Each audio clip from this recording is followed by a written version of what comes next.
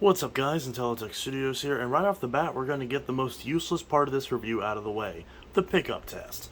So we've got the Bissell PowerGlide Ultra, we're going to run it in the medium mode on both the carpet and the hard floor, and see how well it picks up the oatmeal.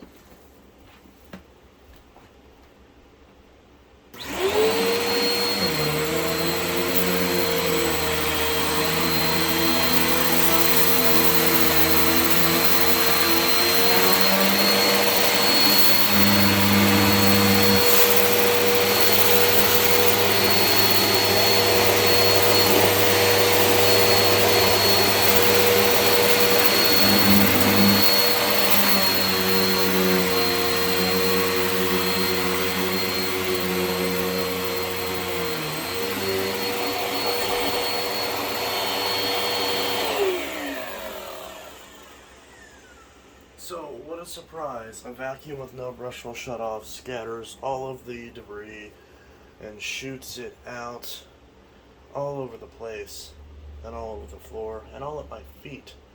So yeah, right off the bat, this PowerGlide Ultra, not a good fit for bare floors. It is worth noting, however, that there still is a mess on the floor, so while this machine isn't exactly well suited for bare floors, we gotta find some way to pick all this stuff up. And the good news is that these Bissell vacuums, just like the modern Power Forces, are able to use Dyson attachments. So we can actually attach a Dyson floor tool to this and pick up the rest of this. So we've got our Dyson flat out tool attached to the wand and the hose handle the PowerGlide Ultra comes with. And this machine does have a stretch hose as well, which you can see right there. So we're going to clean up the rest of this and finish up on the carpet.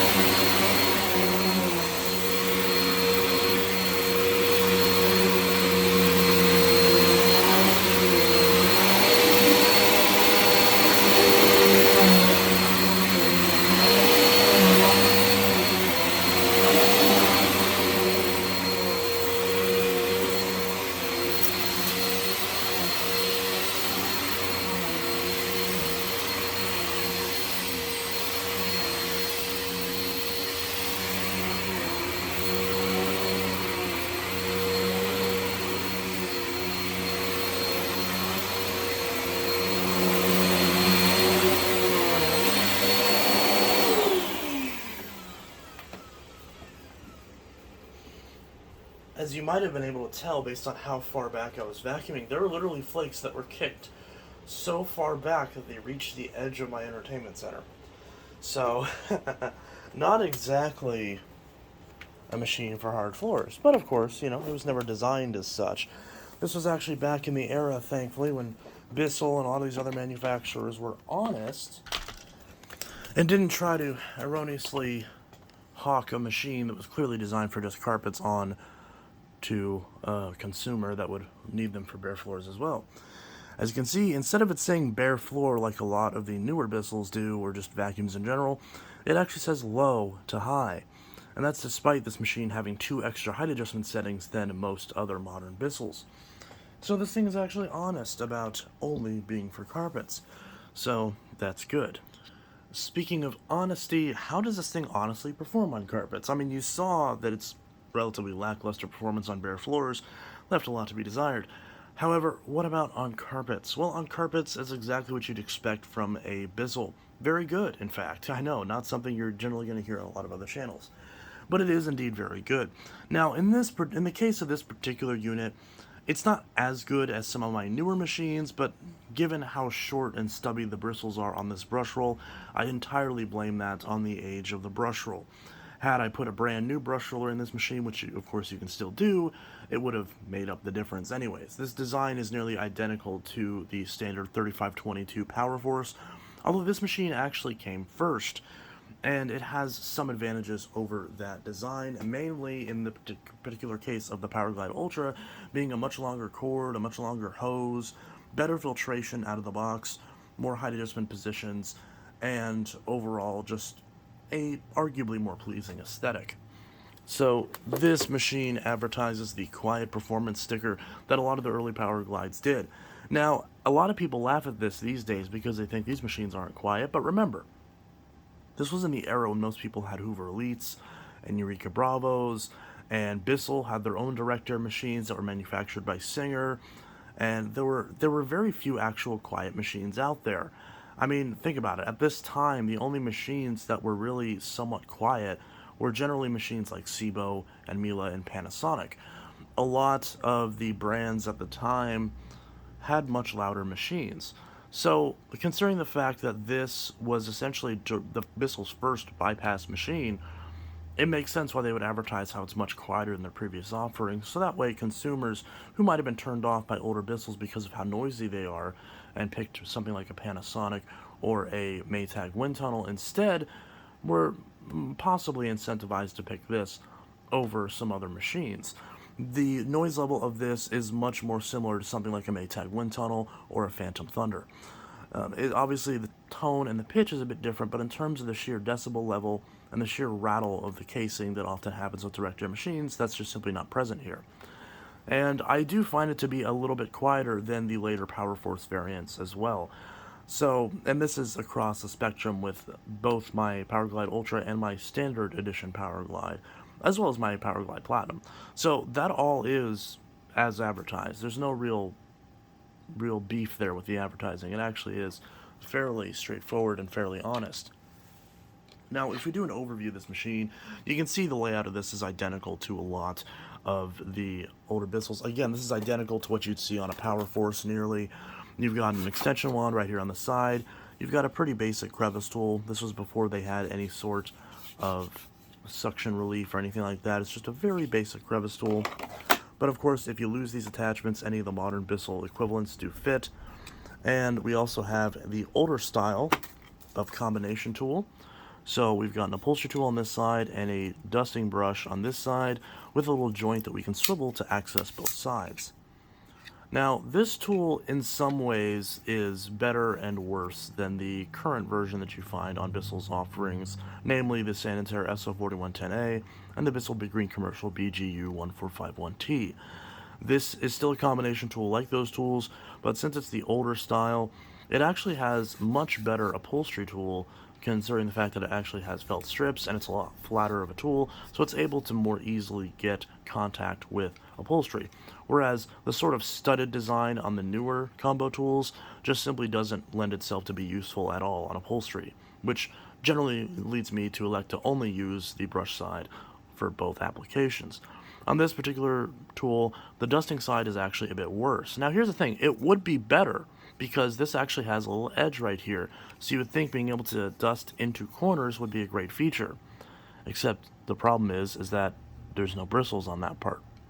So the one advantage this tool theoretically could have had was squandered by the fact that both of these tools, and I say both because I have this one that came off my original PowerGlide, and I have a brand new NOS one, and they all look like this. There's obviously no bristles missing here, that's just how it was designed.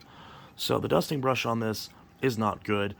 And the upholstery tool is passable, but also not good either. This is not a good tool, but it definitely can get you by in a pinch. For this price point, this machine would have been the most premium out of all the PowerGlide lineups. This machine back in 2001 retailed for $129. So for that price, it would have been nice to have a little bit of a nicer tool. But considering this is just borrowed from the original PowerGlide, which originally retailed at $89, that doesn't necessarily bring a lot of shock and surprise. And like a lot of the other Bissell combo tools, you can put it on either way, but it's designed for the brush to go towards the wand. And that just clips on just like that. Now, if you have one of the newer Bissell combo tools, it will clip on, but there will be a little bit of a gap on the bottom, so it's not going to be super secure. One cool thing about this machine is you do actually have a storage for an extra belt down here, which is kind of interesting. Now, of course, a lot of times you can just throw it around the handle, but there is officially an extra belt storage on the PowerGlide units, at least the early models, so that is pretty decent. Right down here, we've got our serial number information, which you probably can't see. If I can actually activate this. So we can see this particular one is model 3545-5, and this one was manufactured on the 166th day of 2001. 60 hertz, 120 volts, the whole chimichanga. So all that is good. What about the hose? We mentioned the attachments, but what about the hose itself? Well, the hose is a bit interesting. Now, it is a stretch hose, but if you notice, there is a swiveling joint right here. This is before the twist and snap hose, so if you do get a clog in this machine, you will have to remove 2 screws to access this joint. And the joint's a bit too thin compared to what was on the later Power Forces, so clogs can form here if you're not careful. But we do have a nice extra long stretch hose. One thing to note, though, is that there is no actual swivel neck on this hose. So if you get this thing tangled up, you'll have to manually move the hose around to keep this from getting bunched up. There is no swiveling joint here like there is on some of the newer units. Now, ironically, so the Sanitare SL4110A and the BigGreen commercial have a swiveling joint here that makes it a bit easier to use. So that is definitely an advantage for one of the modern machines, and also the fact that the hose is clear, so it makes it easier to spot when there's a clog. But when you're comparing it to the newest consumer-grade Power Force that doesn't even have a hose wand built in, it just has a little stub right here, then it's a lot more accurate, because that one doesn't have a swivel neck either. So again, you just have the static hose that's just wire reinforced onto the actual hose wand. And of course, it's a PowerGlide, so you've got the hose wand built in, and there's no real way to use it without it. So if you're not a fan of having this wand be stuck here all the time, then that may be a reason to upgrade to one of the newer Power Force models, and then sell me your old PowerGlide. This has a tested sticker on it. I assume that's from a thrift store or something to that effect. And there is a carrying handle right here that is quite nice, easily balanced, and the same as it is on all the other Bissells, so it's perfectly adequate for what you would expect. Now we've got a pedal release right down here that we push, and just like every other Bissell, we can press it again to get low underneath furniture, and since this one actually is bagged, we can actually get underneath a lot of furniture. And thankfully, this pedal somehow has not failed, despite the pedals being a very problem point on these machines. This one, knock on wood, has thankfully not failed, despite this machine being 22 years old. So, that is good. And right off the bat, we've got a wide beam headlight up front. We've got our filter door on the side, which allows us to access our post-motor filter. It advertises a 3M filter, although this was not present when I got the unit. It had since been replaced with a HEPA filter, which I do recommend, especially because these HEPA filters actually do seal very well, and believe it or not, particle counters have proven that these machines are actually capable of blowing zeros out of their exhaust, which is very, very impressive. So despite this being a budget machine, it actually is capable of decent filtration, at least the newer BigGreen version is. And this machine has a very similar footprint, so even if it leaks a few more particles, it's still very close. We've got our back door right up here. This one pops off a lot more gracefully than it does on the later Power Forces. The later Power Forces, you have to really heave on this thing to get it to pull off. This one's a lot more elegant. And of course, I've got the Clean Fairy HEPA bag in here, which I will link those in the description. And this one is packed full, and the thing still has good suction. We've actually got a filter down here, which is the exact same physical filter that we've seen in the early 3522s. It's the one that spans the full length of the bag chamber. But similar to a lot of the wind tunnels and tempos, this is actually in a little grill that helps prevent any dirt or dust from getting past this and into the motor. On the later Power Forces, they would cut costs by removing this grill and having the filter directly sit into the bag chamber, but this is actually a lot more elegant of a solution, and I do like this, although theoretically it is one more piece you can lose, so there's definitely a balance there. Definitely don't lose this, because I don't believe you could find this part anymore. In fact, even the filters themselves, the pre-motor filters on these are a bit harder to find, but you might be able to get around that by getting bulk filter material and cutting it down to size. And again, this bag door just goes on and pops off much more gracefully. Of course, this is before the bag check indicators or anything like that, so you do have to manually check the bag yourself. So all of that is pretty much what you'd expect. Now, as far as the ergonomics of this machine, again, it's identical to the Power Force. This machine is a little bit beefier than the Power Force, at least to me, but the actual weight difference is pretty much identical. Of course, since this model has a stretch hose and a slightly longer cord, it is technically going to be a few ounces, maybe even a pound heavier than the standard Power Forces, since there's a little bit more physical material going into the design. But it is still a perfectly lightweight machine that's very easy to maneuver and very easy to push and pull around. And we got the exact same handle design with a little grip to put your thumb, so when you're vacuuming, it's perfectly adequate. So all of that is just fine. And of course, just like I mentioned earlier and alluded to earlier, all the filters and expendables are exactly the same as the later Power Force. And since, even though these PowerGlides are not very common, the fact that the Power Force sold as many units as it did means that the actual after-sales support and the parts availability for the expendables for this machine are going to be robust for years to come, especially with bags and belts. So even though this machine isn't as common as the later Power Force variants, unless you do something crazy like break your bag door, you shouldn't have any issues. Even if you somehow break the cleaner head, the other cleaner heads from other units will in fact fit on this machine and work just fine. So you don't have to worry about that. All of that is exactly proper as it should be. So at the end of the day, what is the review on this machine? I've basically done a full overview. I mentioned the cleaning performance on both carpets, bare floors. I mentioned the tool performance and the fact that the hose is actually fairly long. And while it's not quite enough to get up a flight of stairs, if you have a landing in between, you definitely could get by with it. Of course, there's no brush roll shut off, as you obviously saw earlier, but what can you do? You've got belts that are super easy to change. You've got bags that are super easy to change. You've got filters that are very inexpensive and very easy to change. You just overall have a machine that has a good amount of features with a headlight, a long cord, and a long hose, and a lightweight design, but it's also a machine that's very powerful and works very well. And this may sound like an ad, but it's genuinely not. I just particularly enjoy this machine, and it is in fact one of, if not my favorite machines out of my collection, along with the other PowerGlides. But if I had to pick a favorite Bissell of all time, if I had to pick one Bissell to use for the rest of my life, it would be the PowerGlide Ultra. And I think that speaks volumes with how well it is. And of course, this is the only PowerGlide Ultra you're going to find on YouTube for the most part, other than like one random person who used to have one that wasn't even a vacuum collector. So this machine is definitely interesting, to say the least. And unfortunately, this particular machine has gone through a rough life, so the plastic does creak and crack a little bit more than it otherwise would. It's not as sturdy as my base model PowerGlide, despite this obviously being the more premium offering. So I don't really tend to daily driver this because I am worried about breaking something on it, even though I don't think that's going to happen. It is something to be wary of. These machines are a number of years old, and they were never designed to last to begin with, but this does disprove the myth that a budget machine is incapable of lasting a long time. This machine is old enough to drink, old enough to vote, old enough to die in a war, old enough to buy a house. So it definitely has gotten its $129 worth, or potentially if they got it on sale, even its $100 worth, whether they bought this at Kmart or whatever store would have carried this at the time.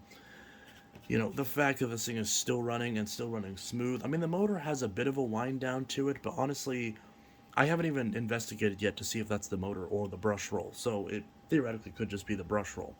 But either way, it still runs fine. It's still just as quiet as it was. And 22 years later, it's still chugging along. And I could very easily daily drive this and probably get another 10 years out of it. So a lot of people will use the example of customers throwing away machines whenever they need belts or need filter cleans as a way of saying that you need to spend thousands of dollars or hundreds of dollars on a vacuum cleaner that is missing critical features in order to simply have a machine that lasts. And that's simply not true. This machine does prove that you can, in fact, get budget machines that are capable of performing and lasting long term. And in this case, this lovely champagne gold color looking pretty good in the process, although it might look a little washed out and white on the camera. It is like a champagne gold color. So this machine is excellent. If you can find one, it's definitely solid, but there's also no real practical reason to use one these days. You might as well, if you do get one, you might as well just give it to me. And then pick up a Sanitare SO4110A or Bissell BigGreen BGU1451T, which I will link in the description as those are the modern equivalent to this, with the main differences being that you lose the headlight into high adjustment positions, but you gain a more usable hose and a more robust cord and robust design. So there's definitely a trade-off there. So anyways, there's really not much else for me to say about this. I've said my piece. I really enjoy this machine. All the things you'd expect to be good on it are good, and all the things you'd expect to be bad on it are bad. What a shock, right? And sorry if I'm stuttering and slurring my words a little bit. I just woke up. I'm trying to get this review done before I go to work, so I'm a little bit tired and groggy still. So my apologies for the lack of super professional presentation today. But anyways, this is Intellitech Studios signing out with my full in-depth review of my favorite Bissell of all time, the Bissell PowerGlide Ultra. More vacuum reviews will be coming soon, and also more videos will be coming soon as per usual, so be sure to subscribe to Intellitech Studios. A vacuum saved featuring this machine will be up very, very soon, so subscribe for that. The episode 50, it'll be a special episode, so definitely mark your calendars for that. It should be coming out hopefully Saturday or Sunday, but don't quote me on that. Life does sometimes get in the way. I do have a full-time job after all. So, Bissell PowerGlide Ultra, let me know your thoughts in the comments below. If you have any questions that I might have glossed over in this review, be sure to drop those in the comments below. I've had this for a while, so I can answer just about anything. And I hope you all have a good one. Peace. Hey, Rika.